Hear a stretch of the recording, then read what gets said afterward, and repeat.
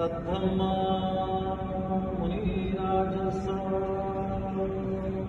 सुनन्तु सगमोपदम्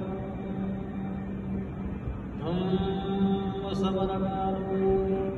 वयं वदन्ता धम्मसवनकालो वयं वदन्ता धम्मसवनकालो वयं वदन्ता हे सन्ता समचिन्ता त्रिशरणा शरणायतं लोकं परेवा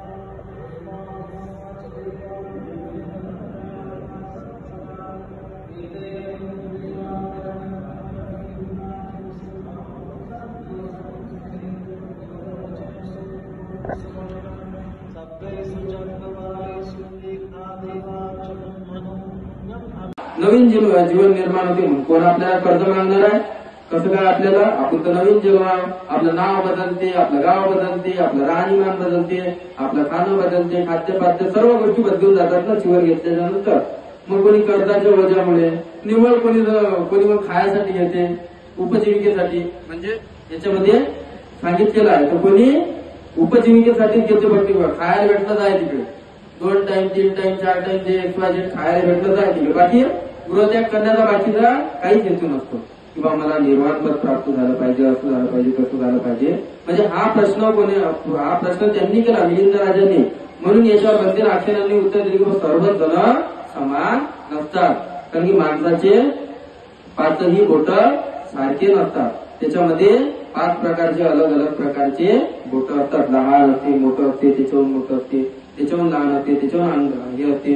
म्हणून भगवान बुद्धांनी सांगितलं की मध्यम मार्गाने चालण्याचा आपण प्रयत्न करावा. म्हणते आपण या ध्येय प्राप्तीसाठी प्रवंचित झालात का? त्या ठिकाणी त्यांचा प्रश्न आहे त्यांना किंवा म्हणते आपण फक्त निर्वाण पद प्राप्त होण्याकरिताच प्रवृत्त झाले काय? आपला ध्येय फक्त तोच आहे काय? या ठिकाणी महाराज फारच लहान वयात मी प्रवचित झालो. कोण म्हणते असे? नागसेन ग्रंथीजी म्हणतात त्यांना की फार लहान वयामध्ये मी भिक्खू झालो. मी का प्रवचित होत आहे त्यावेळी मला हे सुद्धा कळत नव्हतं की म्हणजे ज्या वेळेला म्हणतात मी प्रवचित झालो त्यावेळेला मला हे सुद्धा कळत नव्हते. परंतु आता माझ्या मनात वारंवार विचार येतात. आता म्हणजे ज्या वेळेला मी परिवर्तित झालो, ज्या वेळेला मी चिवर घेतलं त्यावेळेला लहान होतो, माझ्या मनामध्ये अशा गोष्टीचं ज्ञान काहीच नव्हतं. मी अज्ञानी बालक होतो. काय होतो? मी अज्ञानी होतो, मला समजत नव्हतं. पण आता ज्या वेळेपासून मी चिवर घेतलं त्या वेळेपासून माझ्या मनामध्ये वारंवार विचार येतात की बौद्ध भिक्षू मोठे हुशार आहे, बौद्ध भिक्खू मोठे हुशार असतात, ज्ञानी असतात. मला देखील चांगल्या प्रकारची शिकवण मिळाली पाहिजे. मला पण सुद्धा चांगल्या प्रकारची शिक्षण देतील म्हणून माझा हा हेतू होता. तेव्हा त्या लोकांपासून शिक्षण घेतल्याच्या नंतर आता मला कळून आले, अनुभवाने